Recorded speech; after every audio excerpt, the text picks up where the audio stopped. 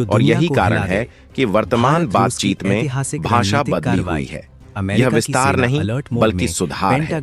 यह शक्ति हस्तांतरण नहीं बल्कि प्रतिनिधित्व है। और इस बदली हुई भाषा के पीछे वह स्वीकारोक्ति छिपी है जिसे अमेरिका अब खुले तौर पर नकार नहीं पा रहा कि भारत आज वैश्विक व्यवस्था का अनिवार्य स्तंभ बन चुका है, और अगर वीटो पावर जैसी निर्णायक शक्ति उस स्तंभ से बाहर रहती है तो पूरी संरचना असंतुलित रहेगी। यही वह बिंदु है जहां अमेरिका की माफी केवल अतीत की भूलों तक सीमित नहीं रहती बल्कि भविष्य की साझेदारी का आधार बनती है।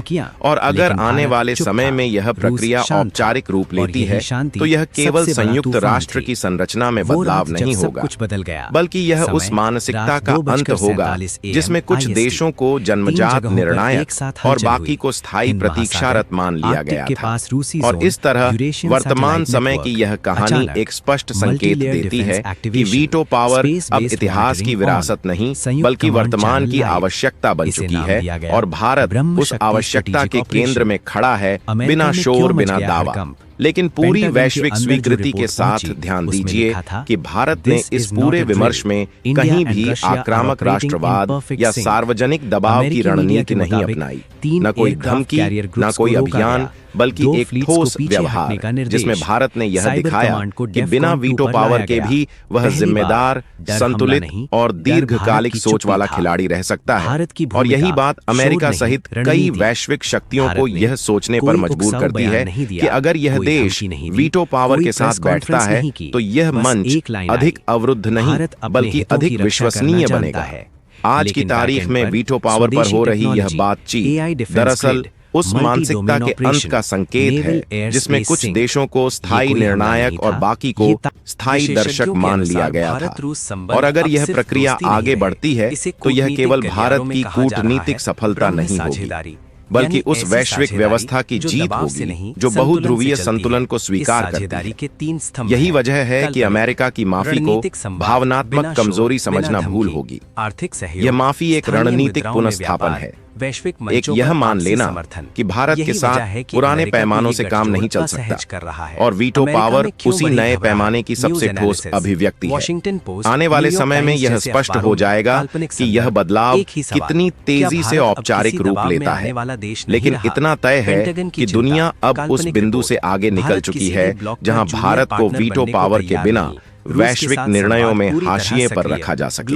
और यही इस पूरी कहानी का सार है, शोर से दूर, नारों से दूर, लेकिन ठोस शक्ति संतुलन के साथ। अगर आपको यह विश्लेषण जरूरी लगा हो, अगर आप समझना चाहते हैं कि अंतर्राष्ट्रीय राजनीति में ऐसे फैसले कैसे लिए जाते हैं और उनका भारत पर क्या असर पड़ता है, तो इस वीडियो को लाइक कीजिए, अपने विचार कमेंट में जरूर लिखिए और प्रेरणा मार्ग डिफेंस को सब्सक्राइब करना मत भूलिए, क्योंकि खबर सिर्फ क्या हुआ यह नहीं होती, असली खबर यह होती है कि क्यों हुआ और आगे क्या होने वाला है। इस कहानी का अगला अध्याय और भी गहरा है, क्योंकि वीटो पावर की यह पूरी जद्दोजहद केवल एक कुर्सी की लड़ाई नहीं है, बल्कि यह उस वैश्विक व्यवस्था को फिर से परिभाषित करने की कोशिश है जिसे द्वितीय विश्व युद्ध के बाद विजेताओं ने अपने हिसाब से गढ़ा था।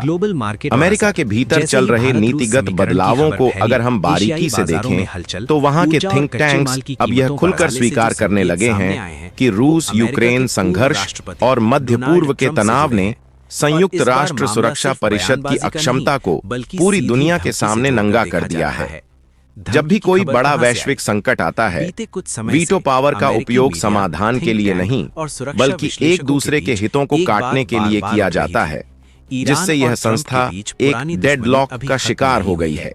ऐसे में अमेरिका को एक ऐसे साथी की तलाश है जिसकी साख ग्लोबल नॉर्थ और ग्लोबल साउथ दोनों में हो, और भारत इस मापदंड पर अकेला खरा उतरता है। भारत की सबसे बड़ी कूटनीतिक जीत यह है कि उसने खुद को किसी एक खेमे का पिछलग्गू बनाने के बजाय अपनी एक स्वतंत्र पहचान बनाई है। अमेरिका की यह रणनीतिक माफी इसी बात का प्रमाण है कि वह अब भारत को अपनी शर्तों पर चलाने की उम्मीद छोड़ चुका है और अब वह भारत की शर्तों के साथ तालमेल बिठाने की कोशिश कर रहा है। पीछे जाना होगा। सुरक्षा परिषद में सुधारों की यह सुगबुगाहट केवल कागजी नहीं है। अमेरिका जानता है कि अगर भारत जैसे विशाल लोकतंत्र और उभरती अर्थव्यवस्था को निर्णय लेने की प्रक्रिया से बाहर रखा गया, तो आने वाले समय में G20 या ब्रिक्स जैसे संगठन संयुक्त राष्ट्र से कहीं अधिक शक्तिशाली हो जाएंगे। यह अमेरिका के लिए एक अस्तित्वगत खतरा है, क्योंकि संयुक्त राष्ट्र ही वह मंच है जिसके माध्यम से अमेरिका ने दशकों तक अपनी वैश्विक प्रधानता बनाए रखी है। यदि संयुक्त राष्ट्र अप्रासंगिक होता है तो अमेरिका का वैश्विक प्रभाव भी स्वतः कम हो जाएगा। इसलिए भारत को वीटो पावर के साथ शामिल करना अमेरिका के लिए उदारता नहीं बल्कि मजबूरी और दूरदर्शिता का मिश्रण है। भारत ने भी अपनी चालें बहुत संभल कर चली हैं। उसने कभी यह नहीं कहा कि वह वीटो पावर के लिए भीख मांग रहा है, बल्कि उसने हमेशा यह तर्क दिया है कि वीटो पावर के बिना सुरक्षा परिषद एक ऐसी रेलगाड़ी की तरह है जिसमें इंजन तो है पर पटरी गायब है।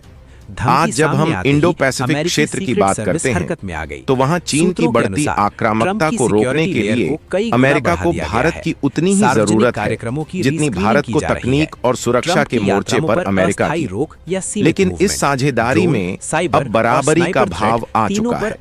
अतीत में अमेरिका ने भारत को उपदेश देने वाली भूमिका निभाई थी, चाहे वह मानवाधिकारों का मुद्दा हो या परमाणु कार्यक्रम। लेकिन आज का अमेरिका भारत के आंतरिक निर्णयों पर टिप्पणी करने से पहले 100 बार सोचता है। यह जो खामोश कूटनीति चल रही है उसके पीछे का असली कारण यह है कि भारत ने अपनी आर्थिक शक्ति को अपनी विदेश नीति का हथियार बना लिया है। दुनिया का सबसे बड़ा बाजार होने के नाते और सप्लाई चेन के एक विश्वसनीय विकल्प के रूप में उभरने के कारण भारत ने खुद को वैश्विक अर्थव्यवस्था की धड़कन बना लिया है। अमेरिका के रक्षा विशेषज्ञ अब यह मानते हैं कि भारत को वीटो पावर देना असल में हिंद महासागर और प्रशांत महासागर के सुरक्षा तंत्र को एक कानूनी और नैतिक मजबूती देगा। अगर भारत के पास वीटो पावर होती है तो वह उन वैश्विक प्रतिबंधों या संधियों को अधिक संतुलित बना सकता है जो अक्सर विकासशील देशों के हितों के खिलाफ जाती हैं। अमेरिका की माफी का एक पहलू यह भी है कि उसने स्वीकार किया है कि भारत की रणनीतिक स्वायत्तता दुनिया के लिए खतरा नहीं बल्कि एक स्थिरता का कारक है। जब भारत ने रूस से तेल खरीदा या मिसाइल डिफेंस सिस्टम के सौदे किए तब अमेरिका ने प्रतिबंधों की धमकी दी थी, लेकिन भारत के अडिग रुख ने अमेरिका को